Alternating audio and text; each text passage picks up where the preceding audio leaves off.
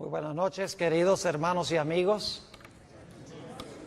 Qué bueno ver a un grupo tan numeroso de personas aquí un miércoles en la noche para estudiar la palabra del Señor. Como se anunció, vamos a estudiar en nuestro tema de hoy algunos detalles sobre tal vez la profecía más difícil de la Sagrada Escritura, Daniel, el capítulo 11. Quiero decirles que una de las frustraciones que yo tengo es tratar de competir con la televisión. Saben que nos hemos vuelto muy superficiales en nuestra forma de pensar. En gran medida ya no podemos pensar lógicamente ni podemos en realidad concentrarnos sobre el estudio de la palabra de Dios, al menos que haya algo emocionante, algo espectacular. Lo que vamos a estudiar esta noche es complejo, pero creo que van a darse cuenta que es de grandísima importancia para estos últimos días. Así que vamos a tomar unos minutos para pensar y razonar de una forma calmada, serena. Procuremos concentrarnos sobre lo que vamos a estudiar. Sin embargo, antes de entrar a nuestro estudio, queremos pedir la compañía de Dios. Así que les invito a que junto conmigo inclinen sus rostros y vamos a orar. Padre Celestial, te damos gracias una vez más por el privilegio de encontrarnos en este lugar. Padre, necesitamos para comprender esta profecía sabiduría divina, pues la sabiduría humana no puede alcanzar a abarcar las grandes cosas de tu santa palabra. Así que pedimos que te manifiestes en este lugar por medio del ministerio de tu Espíritu Santo. Te damos gracias, Padre, por escuchar y responder nuestra oración, porque te lo pedimos en el nombre de Jesús. Amén. Al examinar los escritos del espíritu de profecía, es decir, los escritos de Ellen White,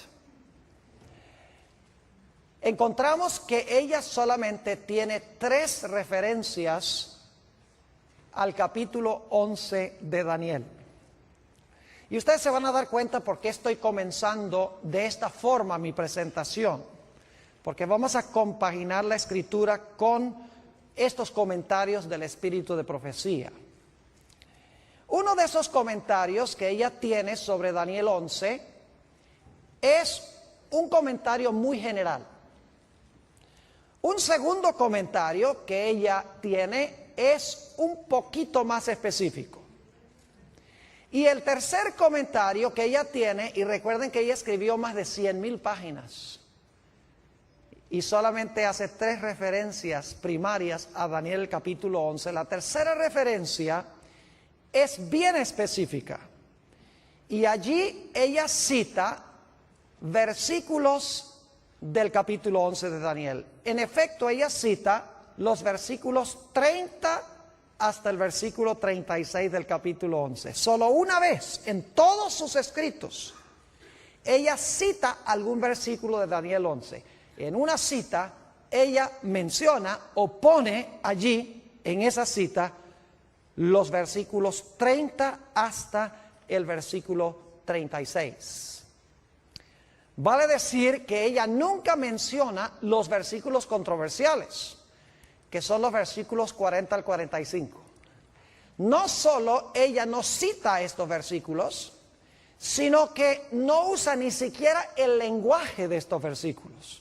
Es decir, la terminología de estos versículos 40 al 45 del capítulo 11, ella no lo usa en ninguna parte de sus escritos. No solo no cita los versículos, sino que no usa la terminología ni el lenguaje. Y esto ha llevado a muchas personas a pensar que ella no tuvo nada que comentar sobre Daniel 11, 40 al 45. Yo quiero en esta noche disipar esa idea. Tuvo mucho que decir de Daniel 11. Aunque los versículos 40 al 45 nunca los cita, nunca usa la terminología del lenguaje, tiene mucho que decir en cuanto a estos versículos. Ahora, quisiera para comenzar leer estas 3 citas que encontramos en los escritos de esta comentarista bíblica.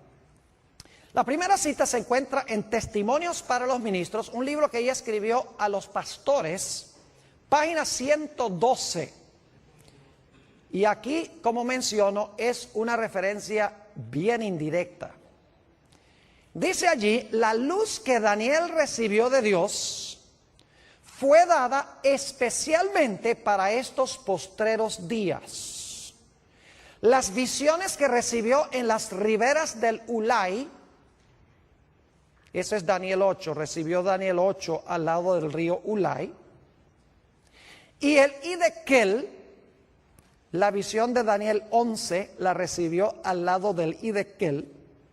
Los grandes ríos de Sinar están ahora en el proceso de cumplirse y pronto todos los eventos predichos se habrán cumplido.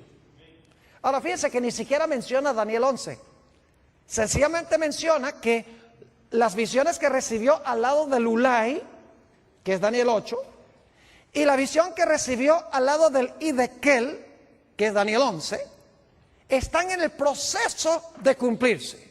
Y pronto todos los eventos que se mencionan allí se habrán terminado de cumplir. Ahora, la segunda cita es un poquito más específica.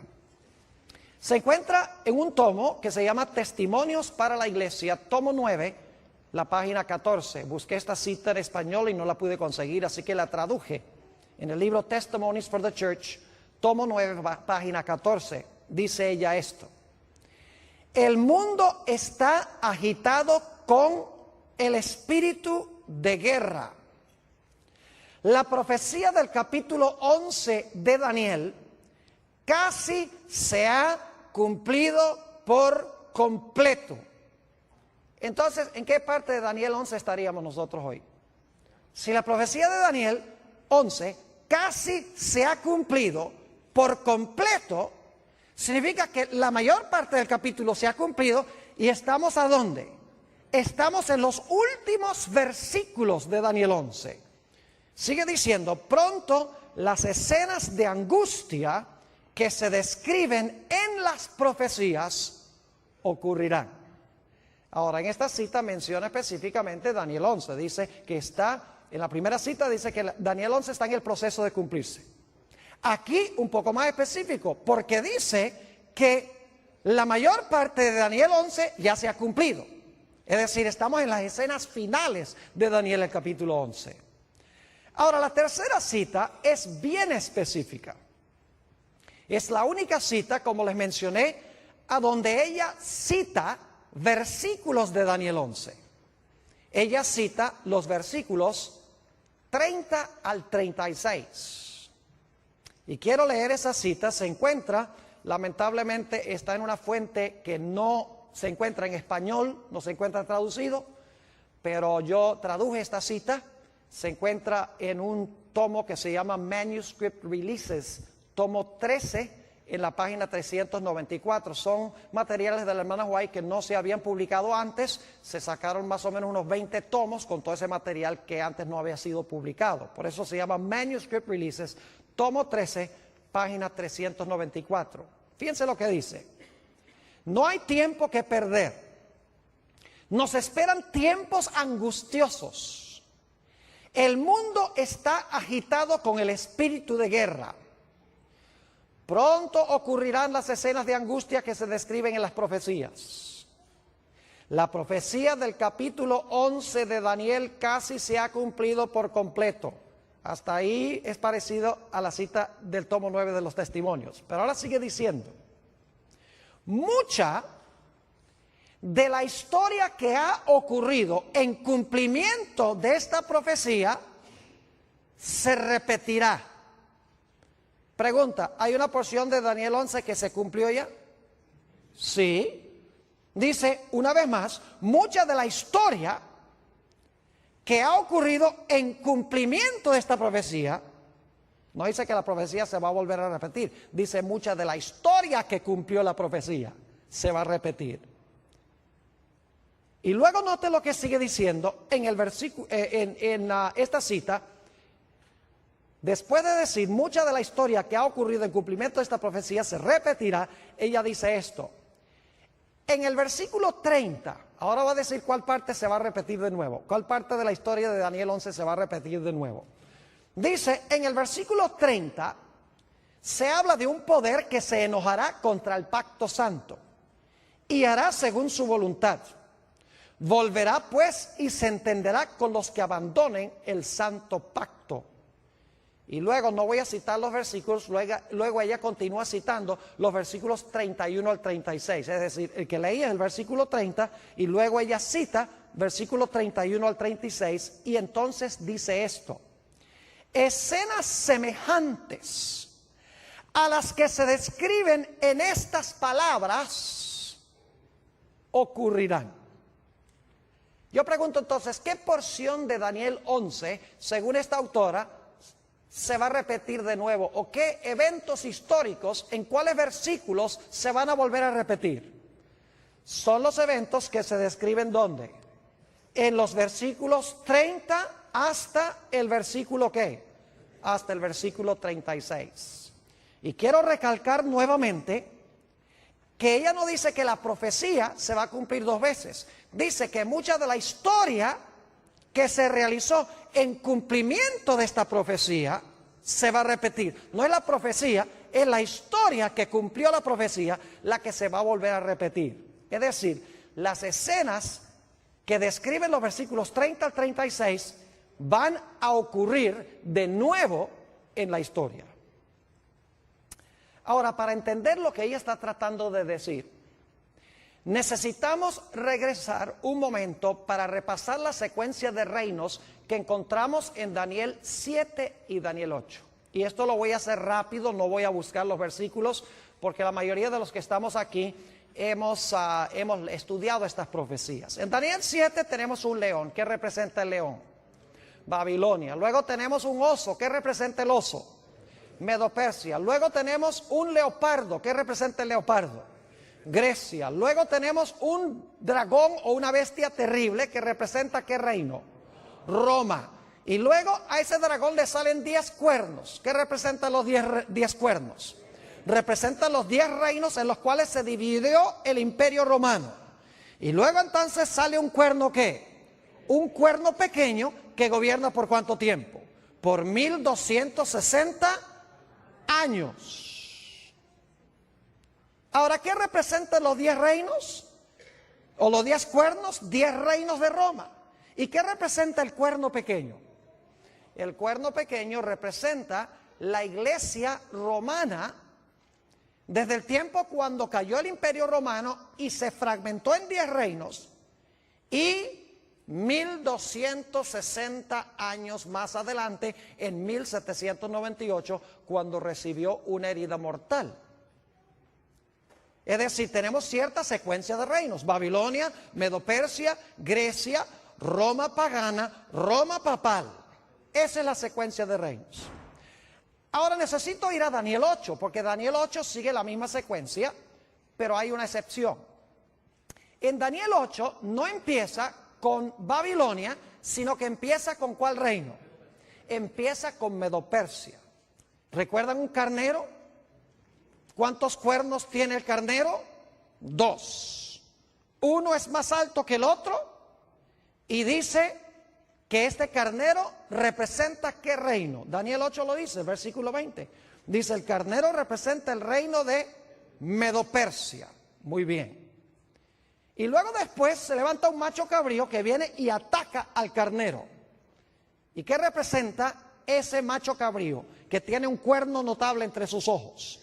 Representa Grecia. ¿Y qué representa el cuerno notable?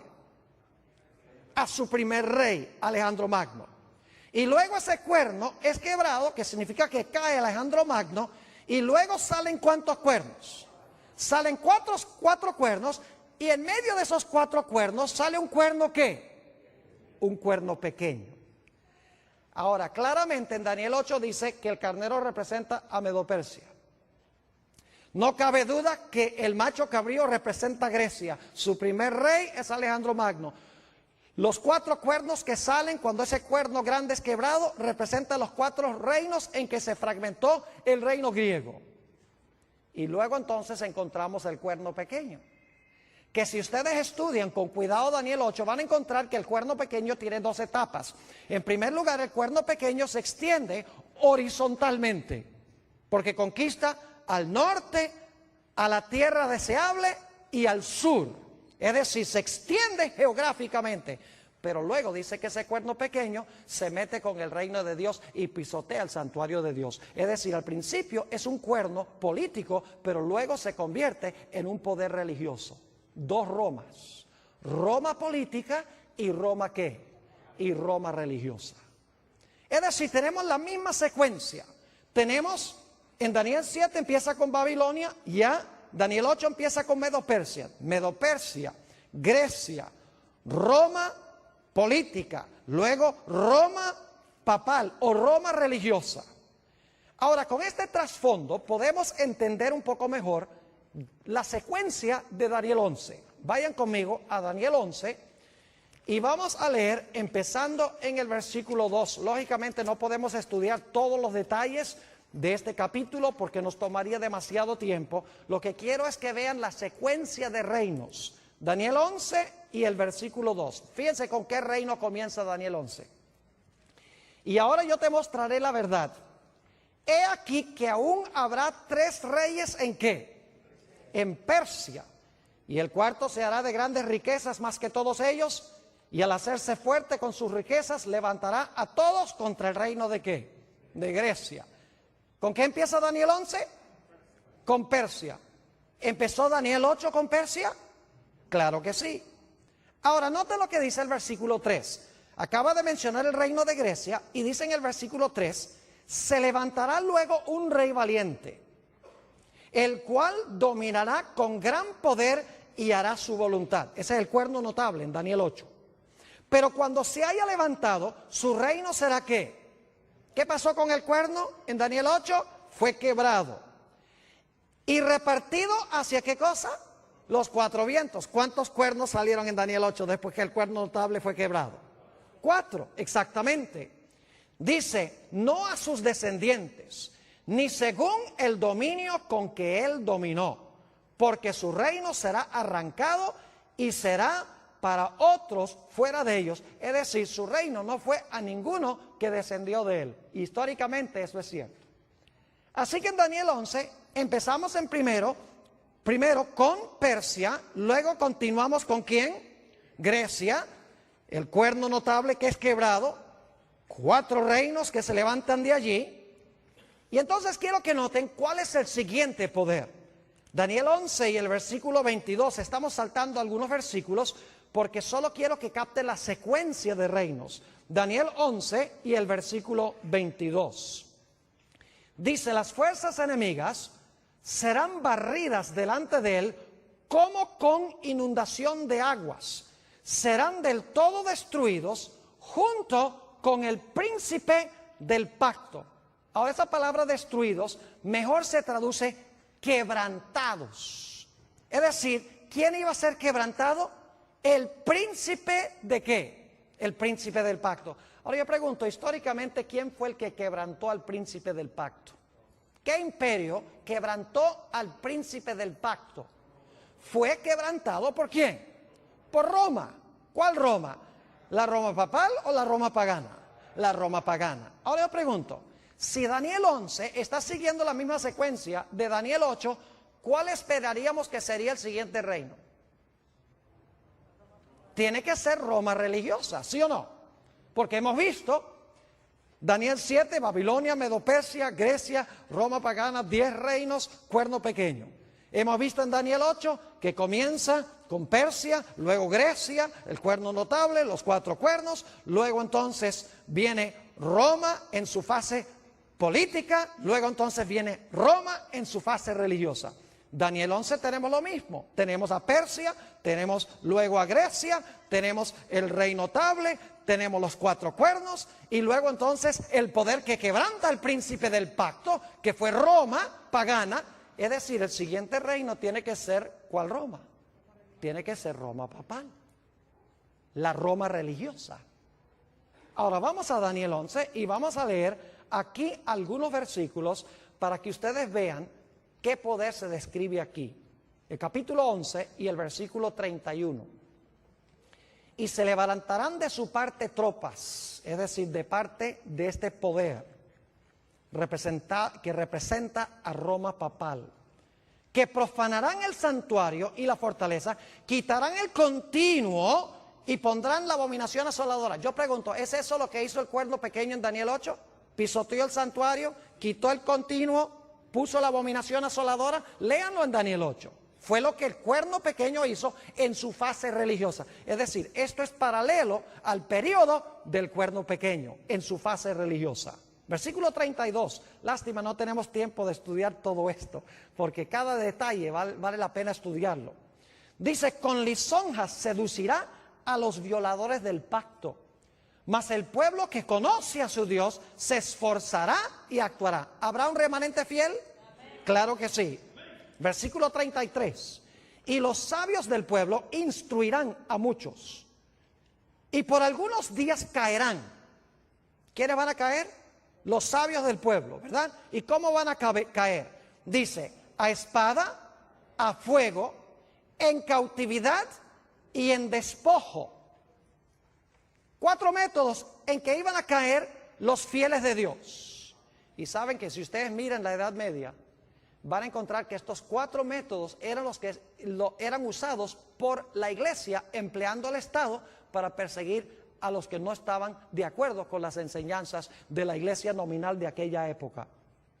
¿Han oído de que los mártires eran puestos en una estaca y quemados en la hoguera? ¿Han oído de que eran encarcelados, iban en cautividad? Y los valdenses, por ejemplo, dice la historia que los despojaron de sus propiedades, les quitaron sus propiedades. Es exactamente lo que se describe aquí, versículo 34. Y en su caída serán ayudados de pequeño socorro, y muchos se juntarán a ellos con lisonjas. También algunos de los sabios caerán para ser depurados y limpiados y emblanquecidos hasta el tiempo determinado, porque aún para esto hay plazo. Y ahora viene el versículo 36, que es vital. Habla del apogeo de este poder. Dice, el rey hará su voluntad y se ensoberbecerá y se engrandecerá sobre todo Dios, y contra el Dios de los dioses hablará maravillas y prosperará. Yo pregunto, ¿el cuerno pequeño habló grandes palabras contra Dios? ¿El cuerno pequeño persiguió a los santos de Dios? ¿Sí o no? ¿Y prosperó, según Daniel 7 y 8? Claro que sí, es el mismo poder aquí. Dice, hablará maravillas y prosperará hasta que sea consumada la ira, porque lo determinado se cumplirá. Del Dios de sus padres, es decir, los padres son los apóstoles, los fundadores de la iglesia. Del Dios de sus padres no hará caso, ni del amor de las mujeres, ni respetará a Dios alguno, porque sobre todo se engrandecerá. Es decir, se va a proclamar Dios en la tierra, este personaje. Versículo 38. Mas honrará en su lugar al Dios de las fortalezas, Dios que sus padres no conocieron, es decir, el Dios de la fuerza, el Dios del Estado, usando el poder civil. Lo honrará con oro y plata, con piedras preciosas y con cosas de gran precio. En la misma descripción del traje de la grande ramera de Apocalipsis, el capítulo 17. Versículo 39, con un Dios ajeno se hará de las fortalezas más inexpugnables y colmará de honores a los que le reconozcan, y por precio repartirá la tierra. Todo este pasaje, los versículos 30 al 39, están describiendo el periodo del cuerno pequeño de Daniel 7 y el cuerno pequeño de Daniel 8 en su fase religiosa, el periodo de los 1260 años de supremacía de la iglesia romana. Ahora, ¿está clara la secuencia? ¿Entiende la secuencia? Persia, Grecia, Roma en su fase pagana, luego Roma en su fase ¿qué? En su fase papal.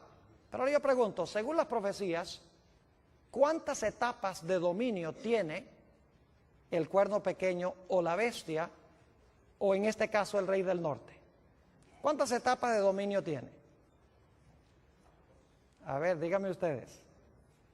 Tiene dos. ¿Cuál es la primera?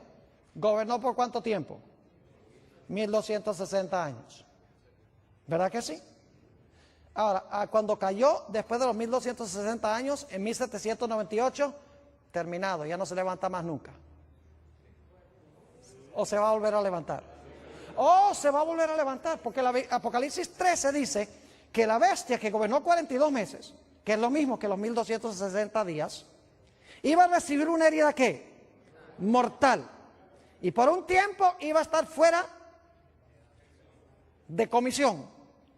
Y luego su herida de muerte se iba a ¿qué? Sanar, y nuevamente iba a gobernar ¿qué cosa? El mundo.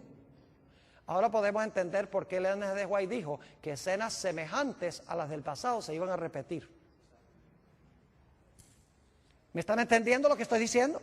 Porque el mismo poder que dominó en el pasado, que recibió una herida mortal, que ha estado herido a este sistema, porque no puede usar el poder civil como lo hacía en la Edad Media, ese poder se le va a sanar la herida y luego va a repetir lo que hacía ¿cuándo?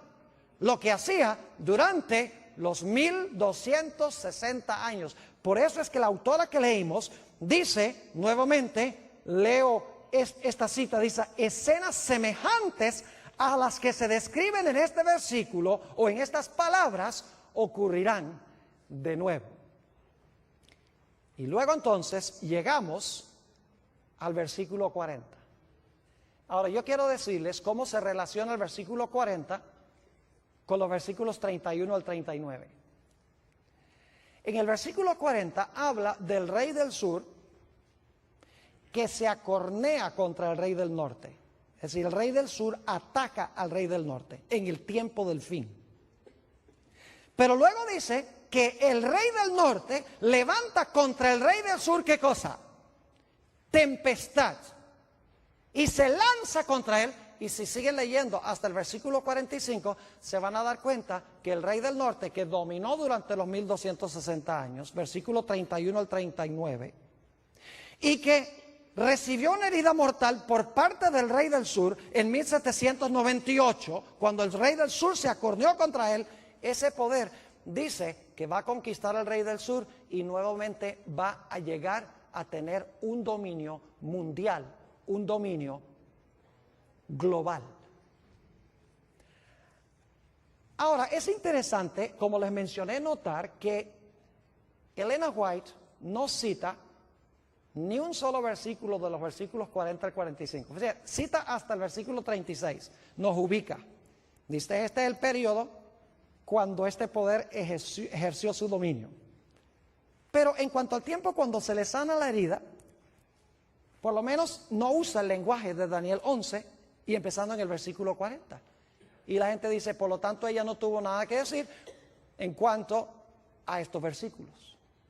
Ahora, yo quiero decirles que ella tuvo mucho que decir en cuanto a estos versículos. Y se los voy a demostrar, pero la forma en que lo vamos a hacer es, en vez de estudiar desde el versículo 40 hasta el versículo 45, lo que vamos a hacer es empezar en Daniel 12 y el versículo 2 y trabajar hacia atrás. En vez de ir hacia adelante del 40 a Daniel 12.2, vamos a empezar en Daniel 12.2 y vamos a trabajar deductivamente, vamos a regresar hacia el versículo 40. ¿Entiende lo que vamos a hacer? Ahora, ustedes dicen, ¿por qué va a hacer esto, Pastor Bor? Le voy a explicar. Porque Ellen G. White, aunque no cita los versículos 40 al 45, varias veces cita Daniel 12 y el versículo 1. Es decir, ella varias veces menciona Daniel 12.1. Y ustedes dicen, ¿por qué es importante eso? Noten cómo comienza Daniel 12 y el versículo 1. Dice, en aquel tiempo se levantará Miguel. La pregunta es, ¿en cuál tiempo se levantará Miguel? ¿A dónde buscaríamos el tiempo que se menciona aquí en el versículo 1? En aquel tiempo se levantará Miguel. Eso nos manda a regresar ¿a dónde? Al capítulo 11. En aquel tiempo se levantará Miguel. Así que si podemos saber a dónde Elena G. de White cita, porque cita también Daniel 12:2, si podemos saber dónde ella cita Daniel 12:2 y Daniel 12:1, entonces lo que viene antes de la cita de Daniel 12:1 debe ser el comentario sobre los versículos 40 al 45. ¿Me están siguiendo o no me están siguiendo? Ahora vamos a mirarlo. Tengo en mi mano este librito que se llama El conflicto de los siglos. Está bien usado. Y a propósito traje un ejemplar bien feo para que lo pongan en cámara, porque así debe estar el conflicto de los siglos de ustedes. No debe estar en papel celofán. Debe estar bien usado. Ahora, lo que yo quiero compartir con ustedes es extraordinario, porque va a mostrarles que Elena G. de White tenía más que sabiduría humana. Es increíble cómo ella compagina perfectamente con la profecía de Daniel 11 sin usar el lenguaje. Yo creo que ella misma tal vez ni sabía lo que estaba haciendo. Ahora escuchen bien, les voy a dar las páginas. En la página 695, y no voy a leer todas las citas, pero en la página 695 del conflicto de los siglos, ella cita Daniel 12 y el versículo 2. Ahora, ¿qué es lo que dice Daniel 12 y el versículo 2? Dice: y muchos de los que duermen en el polvo de la tierra serán despertados, unos para vida eterna y otros para vergüenza y confusión perpetua. En la página 695 del conflicto de los siglos, ella cita ese versículo. Ahora queremos trabajar un poquito más hacia atrás. ¿Saben ustedes cómo se llama el capítulo a donde ella cita ese versículo de Daniel 12 y el versículo 2? El título de ese capítulo es La liberación del pueblo de Dios. ¿Por qué es importante? Dicen ustedes. Vamos a Daniel, el capítulo 12, y fíjense algo interesante. Dice: en aquel tiempo se levantará Miguel. Lo primero que quiero que noten: en aquel tiempo se levantará Miguel, el gran príncipe que está de parte de los hijos de tu pueblo. Se va a levantar Miguel, el que está a favor de su pueblo. Segundo, ¿y será tiempo de qué? De angustia, cual nunca fue desde que hubo gente hasta entonces.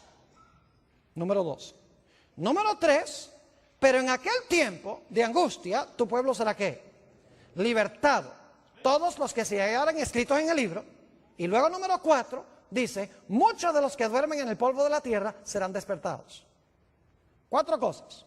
Se levanta Miguel, viene un tiempo de angustia, es libertado el pueblo de Dios, ¿y qué? Y viene la resurrección especial. Ahora estamos trabajando no hacia adelante, sino hacia atrás. Vimos en la 695 que cita Daniel 12:2. Ahora, el título de ese capítulo, que comienza en la página 693, es La liberación del pueblo de Dios. ¿Por qué es importante eso? Porque es la última frase del versículo 1 del capítulo 12. En aquel tiempo será ¿qué? En aquel tiempo será libertado tu pueblo, todos los que se hallaren escritos en el libro. ¿Ven lo que estamos haciendo? Daniel 12:2. Luego la última parte de Daniel 12:1 está en la página 693. El título: La liberación del pueblo de Dios. Ahora, ¿qué viene inmediatamente antes de la última parte del versículo 1 de Daniel 12? Dice: ¿habrá tiempo de qué? Tiempo de angustia. Y antes del tiempo de angustia, ¿qué dice? ¿Se levantará qué? Se levantará Miguel. Así que vamos a trabajar un poquito más hacia atrás del capítulo La liberación del pueblo de Dios. Si vamos al capítulo anterior, a la liberación del pueblo de Dios, a que no adivinan cómo se titula ese capítulo. ¿Y eso por qué? El tiempo de angustia. ¿Y saben con qué versículo comienza Elena G. de White el capítulo sobre el tiempo de angustia? Con Daniel 12 y el versículo 1. ¿Ven lo que estamos haciendo? ¿Sí entienden? Yo les dije que teníamos que pensar esta noche. Tenemos que usar lógica, tenemos que mirar la estructura. Página 695, Daniel 12:2. Página 693, el pueblo de Dios es libertado. En la página, escuchen bien, en la página 671, yendo hacia atrás, está el capítulo que se titula El tiempo de angustia. Y el capítulo comienza diciendo, en aquel tiempo se levantará Miguel, el gran príncipe que está por los hijos de tu pueblo, y será tiempo de angustia cual no hubo desde que existió nación. ¿Qué está pasando con Elena G. de White? ¿Tiene algo que decir sobre Daniel 12:2? Oh, sí. ¿Tiene algo que decir sobre Daniel 12:1? Lógico que sí. Ahora yo les pregunto, ¿a dónde esperarían ustedes conseguir los comentarios de Elena G. de White sobre Daniel 11 y el versículo 40 al 45? A ver, díganme ustedes, ¿a dónde esperarían encontrar los comentarios de ella sobre los capítulos anteriores o los versículos anteriores? ¿Tiene que ser antes de qué página? Tiene que ser antes de la página ¿qué? 671. ¿Sí están viendo lo que estamos haciendo o no? Como ella no tiene nada, no usa el lenguaje, ni cita los versículos 40 al 45, entonces nosotros tenemos que empezar con el versículo que sí cita. 12:2. Y luego la última parte del 12:1.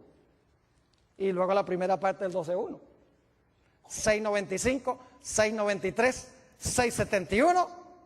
Y esperaríamos que los comentarios de ella sobre el capítulo 11 estén en los capítulos anteriores al capítulo sobre el tiempo de angustia. Ahora quiero que vayamos a Daniel 11, no vamos a estudiar todo yendo hacia atrás, porque yo les digo que si hiciéramos esto, terminaríamos en el conflicto de los siglos, en el capítulo que se titula La Biblia y la Revolución Francesa. Pero claro, no podemos estudiar todos esos capítulos. Nada más quiero lanzarles la idea de cómo estudiar esta profecía. Ahora, noten lo que dice Daniel 11 y el versículo 44.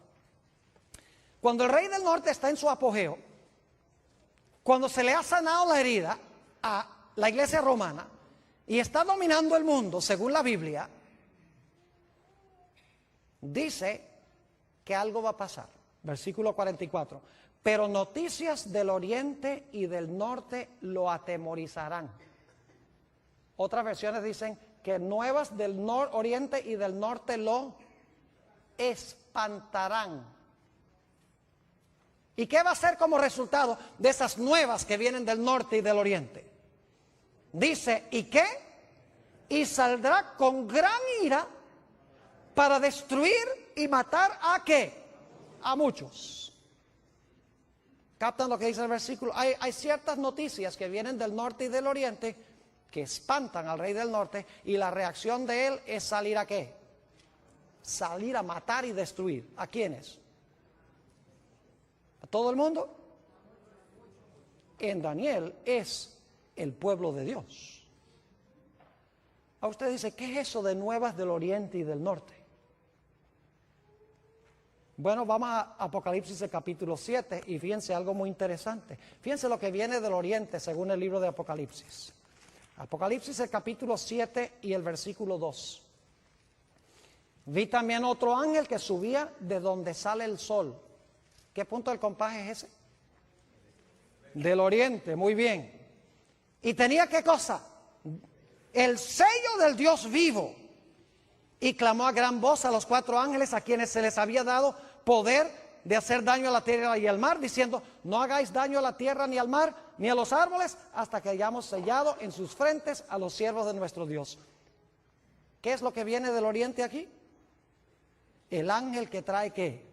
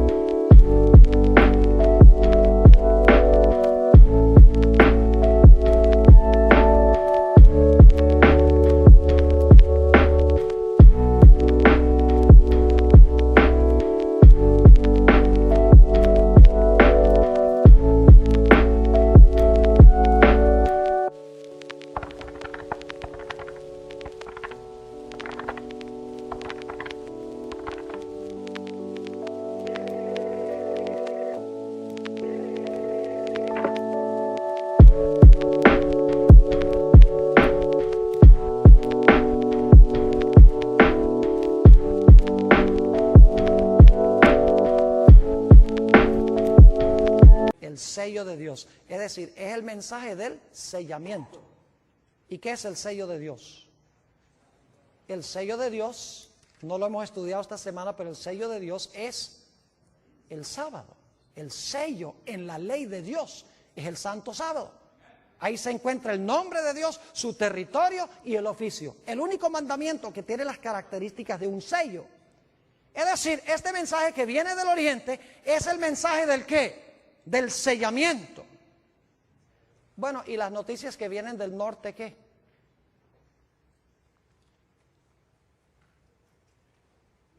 Ahora, nosotros generalmente pensamos en los puntos del compás. ¿Dónde queda el norte aquí? Que estoy un poquito desubicado. ¿Hacia allá? Ok, nosotros generalmente pensamos norte hacia adelante, sur hacia atrás, oriente a la derecha y occidente a la izquierda. Pero técnicamente hablando, el norte es arriba y el sur es abajo. El oriente es la mano derecha y el occidente es la mano izquierda. Yo pregunto, ¿a dónde tiene Dios su trono? En el cielo. Pero específicamente, ¿en qué punto del compás según la Biblia? Cuando Lucifer quiso ocupar el trono de Dios, dice que quiso ocupar el trono de Dios a los lados de ¿qué? A los lados del norte. ¿Y Dios vive dónde? Ya hemos visto, vive en el cielo. Ahora noten Apocalipsis el capítulo 18. Apocalipsis el capítulo 18 va a hablar de la caída de este sistema religioso apóstata. Dice en Apocalipsis 18 y el versículo 1. Después de esto vi a otro ángel descender ¿de dónde? ¿Qué dirección del compás es eso? Del norte, muy bien. Después de esto vi a otro ángel descender del cielo con gran poder y la tierra fue alumbrada con su gloria. Pregunto, ¿son nuevas que vienen del norte, sí o no? ¿Sí? ¿El sello viene del oriente? Claro que sí. Y clamó con voz potente diciendo, ha caído la gran Babilonia, que dicho sea de paso, el mismo rey del norte de Daniel, el capítulo 11. Y se ha hecho habitación de demonios y guarida de todo espíritu inmundo y albergue de toda ave inmunda y aborrecible. Es decir, este sistema religioso ha caído porque impone la marca de la bestia, mientras que Dios, ¿qué es lo que da? Su sello. Versículo 3. Porque todas las naciones han bebido del vino del furor de su fornicación, y los reyes de la tierra han fornicado con ella, y los mercaderes de la tierra se han enriquecido de la potencia de sus deleites. Y ahora escuchen, esto es lo que especialmente espanta a este sistema, no solamente porque se está predicando que el sistema ha caído, sino que se está llamando a los que están en el sistema a salir. Dice en el versículo 4, y oí otra voz del cielo que decía, salid de ella, pueblo mío, para que no seáis partícipes de sus pecados, ni recibáis parte de sus plagas. Yo pregunto entonces, ¿cuáles son las nuevas que vienen del oriente y del norte que espantan a este rey del norte humano que quiere usurpar el lugar de Dios? Es el mensaje de ¿qué? Del sellamiento y el mensaje de que Babilonia ha caído y la invitación de que los fieles de Dios salgan de ese sistema apóstata. Ahora, volviendo otra vez al espíritu de profecía, a que no adivinan cómo se llama el capítulo antes del capítulo que dice tiempo de angustia.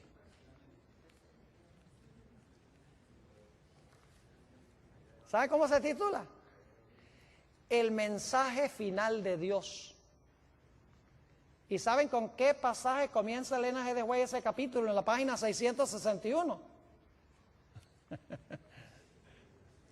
Después de esto vi a otro ángel descender del cielo con gran poder y la tierra fue alumbrada con su gloria. Cita Apocalipsis 18 y el versículo 1 al 4. ¿Y saben qué más dice en ese capítulo? Dice en primer lugar que los poderes del mundo unidos, el protestantismo apóstata, con la iglesia romana y con los reyes de la tierra, están imponiendo por ley la observancia del primer día de la semana. Mientras que el pueblo de Dios, dice allí, con rostros iluminados, está yendo y proclamando que Babilonia ha caído y que la gente debe recibir el sello de Dios, debe guardar el sábado como señal de su lealtad a Dios. Y dice ella allí que como resultado del mensaje que proclama el pueblo de Dios, para usar una buena expresión puertorriqueña, los poderes religiosos del mundo se van a enfogonar contra el pueblo de Dios. Yo pregunto, ¿es lo mismo que encontramos en el versículo 44? Claro que sí. Solo que ella no está usando el lenguaje, pero sí está describiendo los eventos sin usar el lenguaje. En un momento le voy a explicar por qué no usó los versículos ni usó la terminología.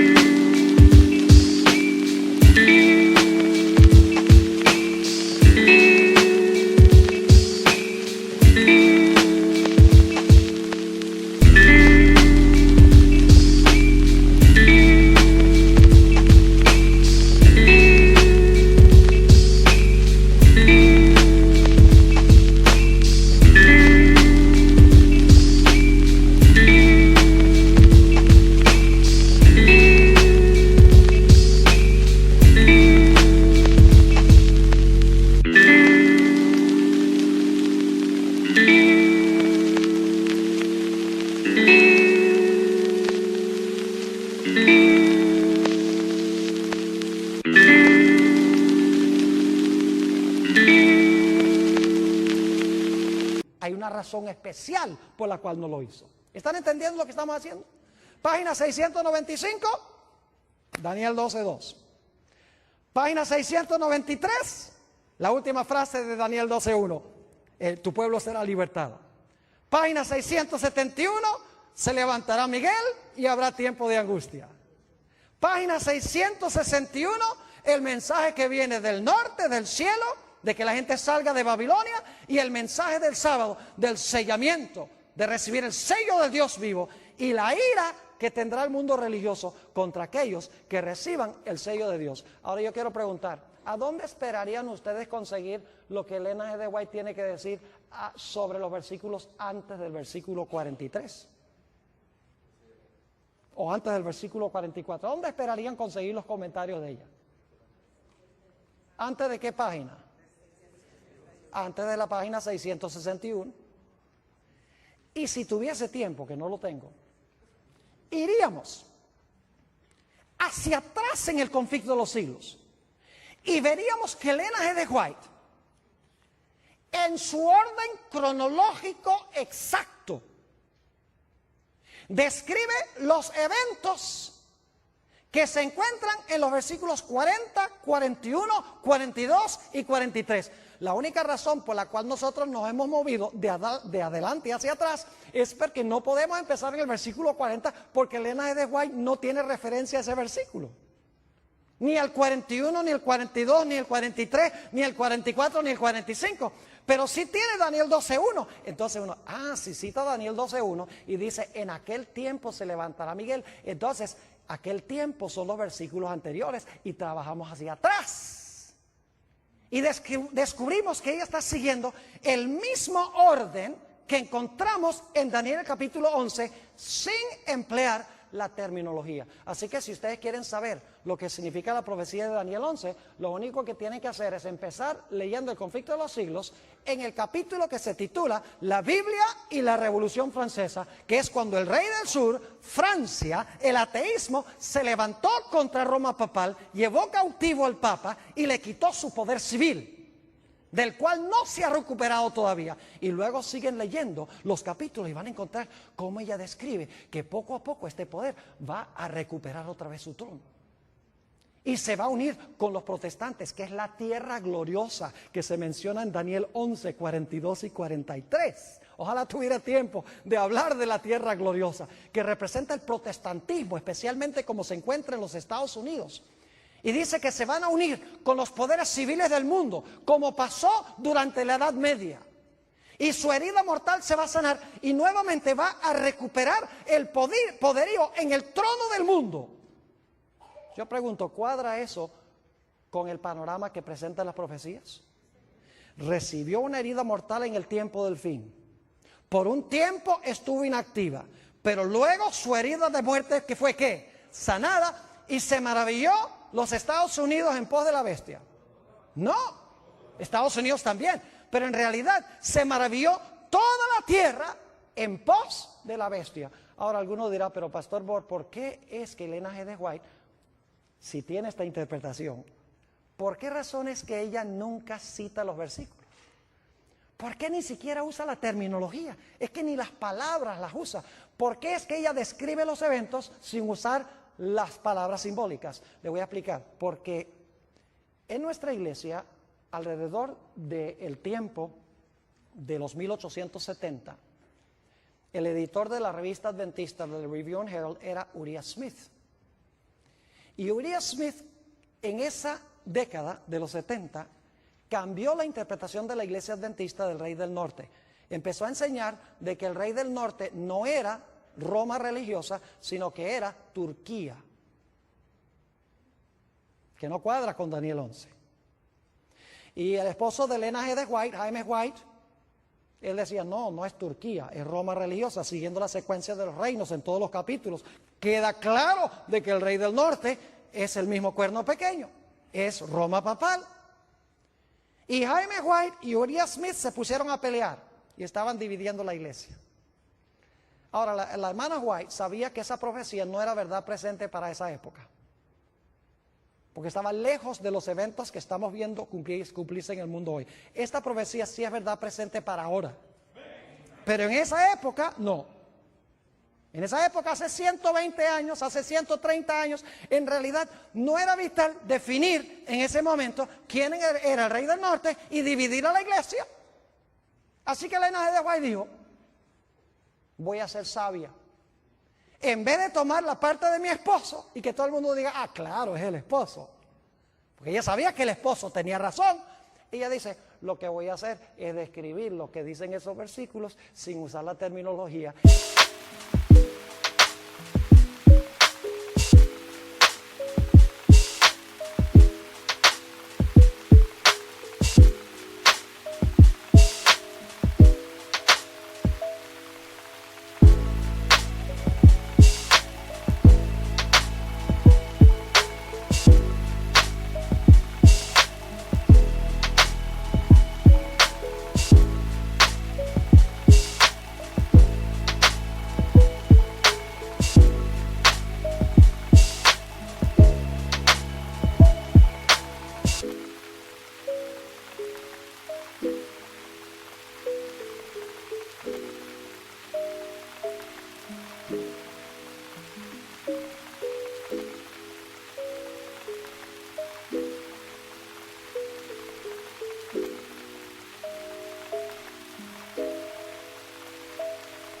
Y algún día alguien inteligente va a descubrir lo que hice.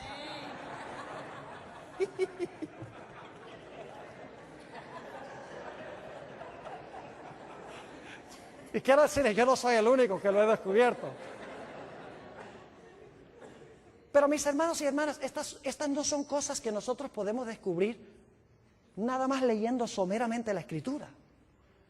Por eso les digo, la televisión ha arruinado en gran medida nuestra capacidad de pensar, nuestra capacidad de razonar, de pensar estructuralmente. Ya no lo hacemos, porque todo lo queremos digerido, queremos ahí sentarnos a ver la telenovela, todo está ahí superficial. Y hemos dejado de razonar, de pensar, de luchar con los grandes problemas que presentan las profecías y las Escrituras. Yo pienso que puedo regañarlos porque esta noche es mi última noche.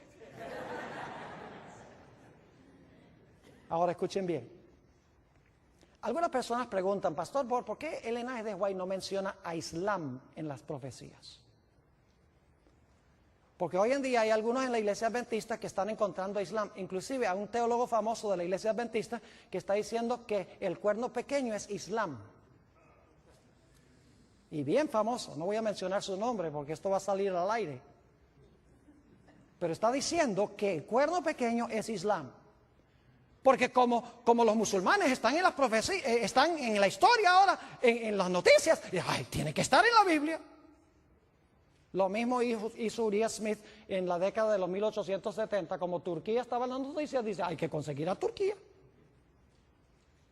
¿Cuántas veces menciona Elena G. de White a los musulmanes como cumplimiento profético en la última mitad del conflicto de los siglos? Ni una sola vez. Ahora, yo creo que lo que está pasando con los musulmanes puede precipitar el cumplimiento de profecías bíblicas, pero no es el cumplimiento de una profecía bíblica. ¿Me estoy explicando?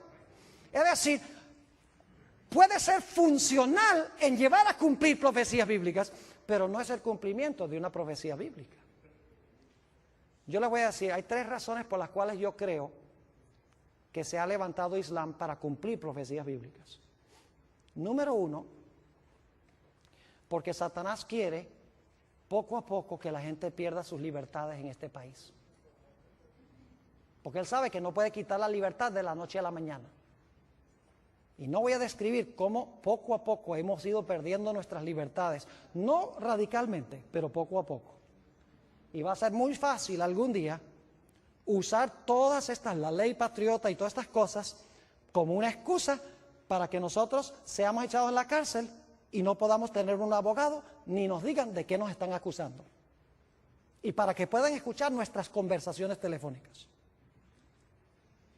¿Me estoy explicando?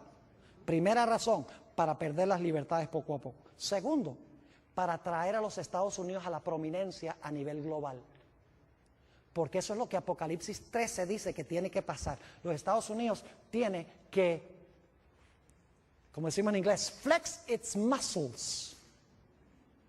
Porque es el país, es el poder prominente en Apocalipsis 13, unido con Roma papal. Y en tercer lugar, fíjense qué sabio es el diablo. El diablo yo creo que se va a morir por trasnochado, por estudiar las Sagradas Escrituras. Porque él estudia las profecías para ver cómo contrarrestar las profecías como las presenta Dios en la Biblia. ¿Saben ustedes que hoy en día la mayoría de las iglesias están mirando al Medio Oriente para el cumplimiento de las profecías? Irak, Afganistán, los palestinos, Israel, que se va a reconstruir el templo. Y todos están mirando allá. Y mientras tanto las profecías se están cumpliendo con Roma y con los Estados Unidos y nadie lo ve porque la gente está mirando a donde no es. Así que Islam es funcional en el cumplimiento de las profecías bíblicas, no cabe duda, pero no es el cumplimiento específico de alguna profecía bíblica. ¿Les ha quedado claro lo que estudiamos esta noche? Es sencillo, no es complicado. Mis hermanos y hermanas, apreciadas visitas, necesitamos, por el poder de Dios, sentarnos a estudiar las Escrituras profundamente, con oración.